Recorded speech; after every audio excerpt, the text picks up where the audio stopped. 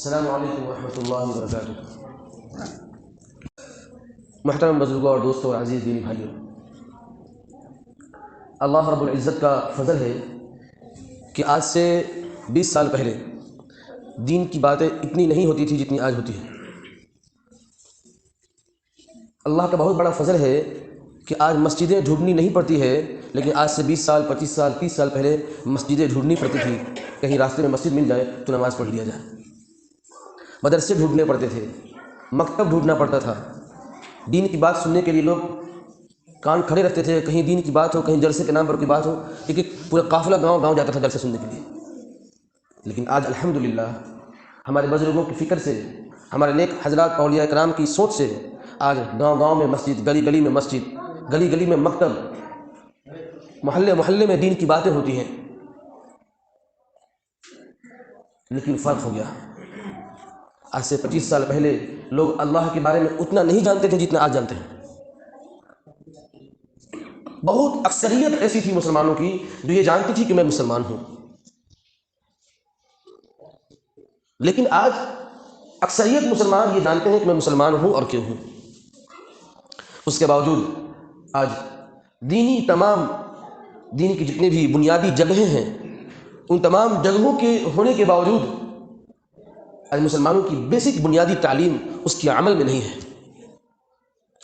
ہے۔ جو لوگ آج سے 30 سال 40 سال پہلے بچے تھے اور اس وقت جو قرآن شریف پڑھ کر کے وہ آج بھی نماز پڑھتے ہیں، وہ آج بھی مجہول پڑھتے ہیں، چونکہ ان کے پاس اس طرح کا ماحول نہیں تھا، ایک اچھا ماحول نہیں تھا۔ بس مولوی صاحب کے پاس لوگ جاتے تھے اور مولوی صاحب نے جیسے پڑھایا ویسے پڑھ کر کے آ گئے۔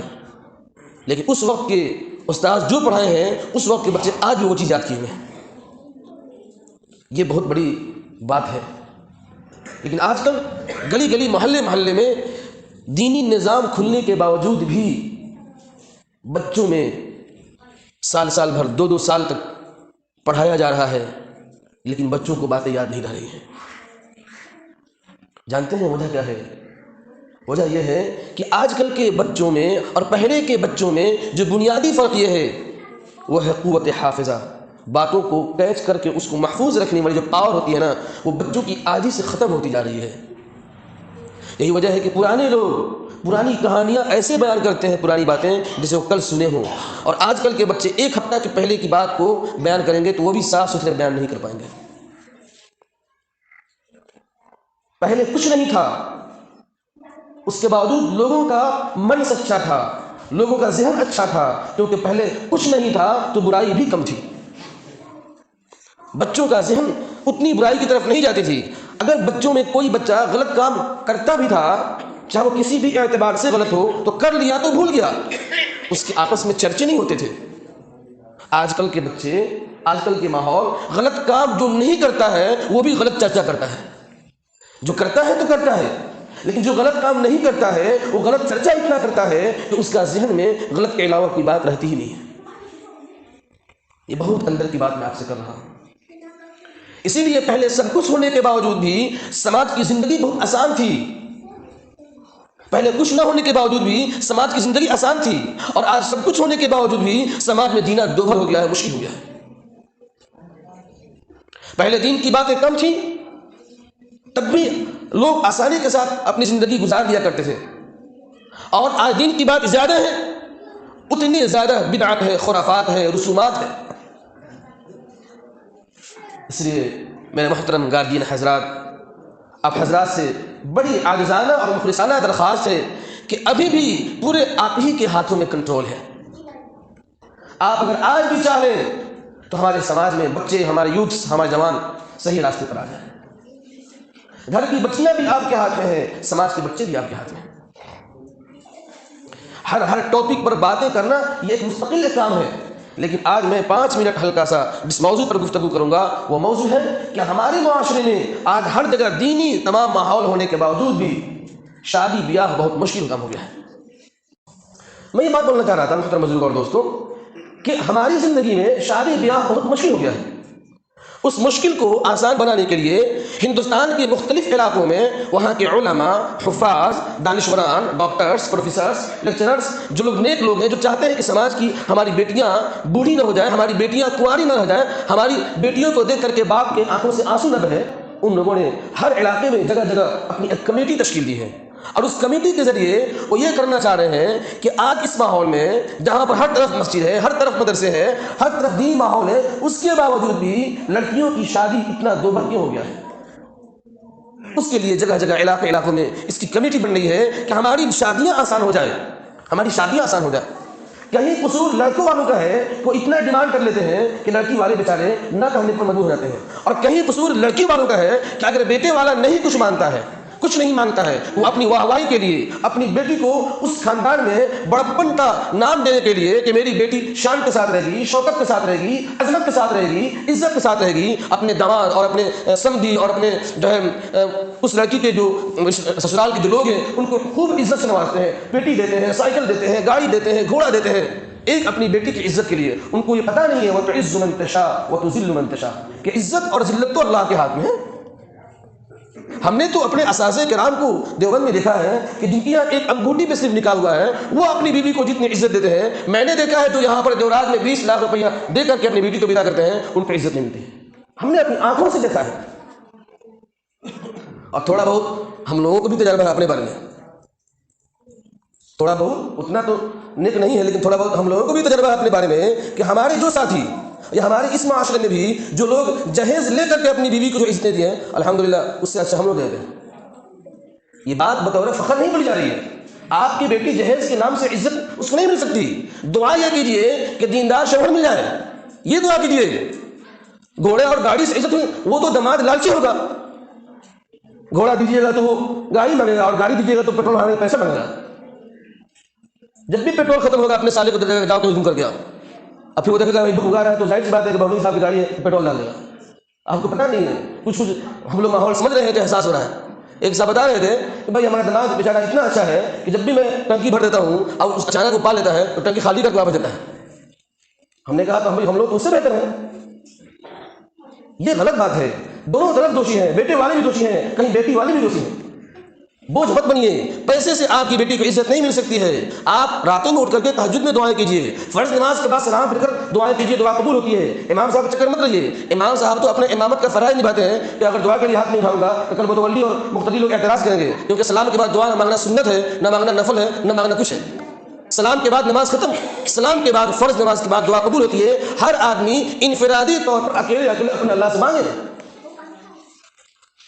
بہت ہم نے یہ کہا، میں نے بعض لوگوں سے یہ سنا کہ فلانا ہماری بیٹی کی جو دیادی ہے اس کو یہ کان میں کے ملا ہے، اس کی یہ آنکھ میں کے ملا ہے، اس کی یہ ناک میں کے ملا ہے، اس کی یہ کپار میں کے ملا ہے، تو اگر ہم نہیں دیں گے تو ہماری بیٹی کی وہ عزت ختم ہو جائے گی۔ ارے میرے اللہ کے بندے، آپ یہ سوچئے کہ فلانا دیادی کا جو شوہر ہے وہ اگر اپنی بیوی کو عزت نہیں دیا اور میرا جو داماد بنے گا اس کو میں نے کچھ نہیں دیا، اگر میری بیوی کو محبت کی نگاہ سے دیکھ لیا، دنیا میں اس سے بڑی عزت کچھ نہیں ہے، دنیا میں اس سے بڑی عزت کچھ نہیں ہے۔ لیکن جیسی نیت ویسی برکت ہوتی ہے۔ آپ موت تک دیتے دیتے دیتے دیتے بیٹی والے تھک جاتے ہیں، تب بھی داماد ناخوش رہتا ہے۔ ہم دیکھ رہے ہیں، ہم دیوراجی میں ہیں، ہم تو حال اور جانتے ہیں زیادہ، ہم دیوراج والے آپس میں دوسرے حال جانتے ہیں۔ اس لیے اس برائی کو اور اس رسم کو ختم کرنے کے لیے ہمارے دیوراج میں بھی آواز اٹھائی جا رہی ہے۔ یہ اللہ کا بہت بڑا فضل ہوا کہ آپ لوگوں نے نیت درست کی، اللہ پاک نے اس طرح کی آوازیں اٹھا دی۔ پوری بسویا کی مساجد میں اس کے لیے باتیں ہوئی، نئی بستی میں بات ہوئی، سکٹا میں بات ہوئی، لکھنی میں بات ہوئی، برج میں بات ہوئی۔ الحمدللہ تمام لوگ بہت خوش ہیں۔ 70% 80% لوگوں نے کہا کہ یہ تو بہت اچھا کام ہے کہ اس کی وجہ سے فلاں بیٹی ابھی کنواری پڑی ہوئی ہے۔ ایک صاحب مجھے بولے کہ مولانا آپ کی ہی برادری کی ایک لڑکی ہے جس کی عمر 28-29 سال ہو گئی ہے، اس کے جہیز اتنے آتے ہیں کہ آج تک اس کی شادی نہیں ہو پائی۔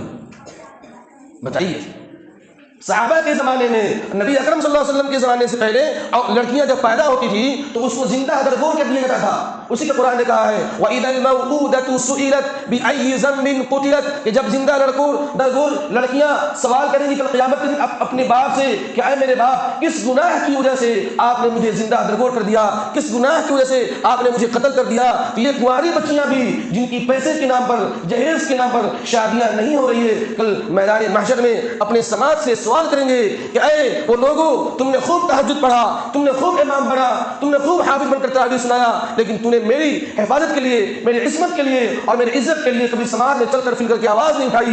آج اگر تم آواز اٹھائے ہو تو میری عمر 18 سال کی جب میں جوانی کی دہلیز پر تھی تو میری شادی ہو گئی ہوتی، میں برائی کی طرف قدم نہیں بڑھایا. میں اپنے اس کسان باپ کی آنکھوں کے آنسو جب بہتا دیکھتی تھی، میں اپنی شادی کے نام پر چپی تھام لیتی تھی، کیونکہ میرے باپ کے پاس پیسے نہیں ہوتے تھے کہ میرے لیے سامان کا ویوستھا کر سکے اور میرے لیے ایک لڑکا تلاش کر سکے جس کو وہ گاڑی دے دیتا، جس کے لیے وہ گاڑی خرید دیتا، جس کے لیے وہ سامان خرید دیتا اور مجھے صحیح سے بیاہ کر دیتا. اس دن ہم لوگ کیا جواب دیں؟ اور تاریخ میں دیوراج نہیں، پوری دنیا کی تاریخ میں ہے کہ جہیز لے کر کسی نے آج تک امیر نہیں بنا ہے، کوئی امیری میں اپنا نام درج نہیں کرایا ہے. یہ تو افسوس ضرور نہ ہے کہ ہمارے دوست بھی ہنستے ہنستے یہ کہہ ڈالتے ہیں کہ یار تیری گاڑی تو تیرے سسر نے دے دیا، پیٹرول تو اپنے سے بھروا لیتا ہے کہ نہیں بھروا لیتا ہے. ہر پل ہنس دیتے ہیں. اس لیے میرے بھائیوں بزرگوں اور دوستوں، میں آپ حضرات سے ایک سوال کرنا چاہتا ہوں کہ آپ حضرات باپ ہیں بیٹے کے بھی اور باپ ہیں بیٹی کے بھی. کیا آپ یہ چاہتے ہیں کہ آپ کے معاشرے میں جہیز ختم ہو جائے؟ میرا آپ سے سوال ہے. جو لوگ چاہتے ہیں ذرا دل سے یہ بات بتائیں اور ہاتھ اٹھا کر کے ہم کو اللہ کے اس گھر میں گواہی دیں کہ آپ میں سے کون ہے جو یہ چاہتے ہیں کہ اگر میں باپ کا بیٹا ہوں تب بھی جہیز نہیں لوں گا، اور اگر میں بیٹے کا باپ ہوں تب بھی جہیز نہیں لوں گا، اور اگر بیٹی کا باپ ہوں انشاءاللہ نیک لڑکا تلاش کروں گا، اور اگر وہ مانا آخری درجے کی مجبوری میں دوں گا، لیکن انشاءاللہ اگر وہ اشارہ نہیں کرے گا تو میں کبھی نام نہاد کے لیے نہیں دوں گا. کون ہے ذرا ہاتھ اٹھائیے انشاءاللہ. ہاتھ اٹھانے میں بھی کنجوسی ہو رہی بھائی؟ کیا ارادہ کرنا تو گڑبڑ چل رہا ہے بھائی؟ انشاءاللہ بھی ہاتھ اٹھانے میں کیا جا رہا ہے بھائی؟ دال میں کچھ کلا ہو رہا ہے. ذرا آپ لوگ ہاتھ اٹھائیے صحیح سے بھائی. انشاءاللہ ہم لوگ اس اللہ کے گھر میں نیت کرتے ہیں کہ ہمارا بیٹا ہوگا تو ہم جہیز نہیں دیں گے، اور اگر ہماری بیٹی ہوگی تو انشاءاللہ ہم کوشش کریں گے کہ لالچی دماد کو اپنی بیٹی نہیں دیں گے انشاءاللہ. اور ہماری جورات میں جو آواز اٹھائی جا رہی ہے آپ لوگ ساتھ دیں گے انشاءاللہ؟ ساتھ دیں گے بھائی سب لوگ. اس میں چند باتیں اور ہیں، جیسے یہ ہے کہ بارات لے کر کے نہیں آنے دیا جائے گا. مٹورا کے نام پر اور پٹاخہ کے نام پر جو 10,000 روپئے لوگ نقصان کرتے ہیں پٹاخہ پھوڑنے کے نام پر، 10,000 روپیہ کہہ دو کہ مسجد میں پلاسٹر ہو رہا ہے تو لگتا ہے کہ ان کی جان چلی جائے گی، لیکن 10,000 روپئے کہہ دو کہ تمہارے بہن کا جو آج تک حق نہیں دیا گیا ہے ذرا 10,000 روپئے اس کو دے دو تو نہیں دیں گے. لیکن یہ کیسا یہ رسم آ گیا کہ پٹاخہ کے نام پر پیسے چلا جا رہا ہے. نمبر 2، پانی بھرنے کے نام پر کتنی برائی ہے بھائی. اسی طریقے سے یہ تھا ہی. آج کل تو مہندی کے نام پر، وہ لگن کے نام پر اتنی برائی عام ہو گئی ہے کہ باپ کو کپڑا خریدتے تھے تو اس سے پسینہ چھوٹ جا رہا ہے. اب تو مہندی کا کپڑا الگ سے پیلا پیلا کر دیا رہا ہے. یہ لگ رہا ہے کہ مندر کی پجاری لوگ آئے ہیں پوجا کرنے کے لیے. مندر میں بھی آئیے تو پیلا پیلا پھول لگا رہتا ہے، اور وہاں کے سادھو لوگ بھی پیلا ہی پہنتے ہیں، اور ان کے یہاں بھی ایسے ہی لگتا ہے پیلا باندھ کر کے. تب مسلمان کہے گا میں پڑھتا ہوں لا الہ الا اللہ محمد رسول اللہ، اور اپنی شادی کی سب سے خوبصورت زندگی کی شروعات کرتا ہے پیلا سے. کتنا افسوس کی بات ہے. میرے نبی نے فرمایا من تشبہ بقوم فهو منهم، اور کما قال علیہ الصلوۃ والسلام کہ جس نے کسی قوم کے ساتھ مشابہت کیا کل قیامت کے دن کل قبر سے اسی کے ساتھ اٹھایا جائے گا. اب بتائیے کتنی بڑی بات ہے. اور سن لیجیے، جو باپ اپنے بیٹے کا 10 روپیہ بھی جہیز کے نام پر پیسہ لے گا، اور اگر وہ آ کر کسی پنڈ سے شکایت کرتا ہے کہ میرا بیٹا میری بات نہیں مانتا ہے، تو ایک صاحب بتا رہے تھے وہ انٹرنیشنل گدھا ہے. یہ میں نہیں بول رہا ہوں، ایک صاحب کہہ رہے تھے وہ انٹرنیشنل گدھا ہے. میں نے کہا بھائی کیوں؟ بولے کہ کتنا بڑا بیوقوف ہے کہ اپنے سودا کو بیچ لیا ہے 10 روپیہ میں، اب آ کر کے پنچایتی کرا رہا ہے کہ جس چیز کو میں نے بیچ لیا ہے وہ میرا کیوں نہیں ہو رہا ہے. ارے دماغ لگاؤ، یہ موبائل کمپنی والا ہم کو بیچ لیا، یہ میرا ہے اس کا کہاں سے ہے؟ اب تو بات میں کروں گا، اب وہ کمپنی والا آ کر پنچایتی کرے میرے پاس پاور ہے یہ موبائل مجھے دے دو. ارے سوٹو جس نے 12,000 روپئے گرا تھا اس کو میں نے خرید لیا ہے، تمہارا تھوڑی نہ ہے. بیٹا جنم دے کر کے پوس پال کے پڑھا دیے، اس کو اپنا بنانے کے لیے فری میں شادی کرنا چاہیے تو چند پیسوں کے نام پر بیچ دیتے ہیں. اب جگہ جگہ پنچایتی کرتے ہیں، جب وہ شہر میں بٹھاتا ہے ٹھنڈ کے موسم میں اور کھانے کے لیے وہی چھوڑ دیتا ہے، تب سوچتے ہیں کہ اب کہاں ہم جائیں. بہرحال یہ نوبت نہ آئے اور حق باقی رہے، اس کے لیے ہر باپ اپنے بیٹے کو بھائی اپنا بیٹا رکھنے کے لیے فری میں شادی کرے. اللہ آباد ہم سب کو اس پر عمل کرنے کی توفیق نصیب فرمائے. آج ہمارا بیٹا ہے تو کل ہمارے بیٹے کا بیٹی ہو جائے گی، تب کیا حال ہوگا. آمین. وآخر دعوانا ان الحمد للہ رب العالمین.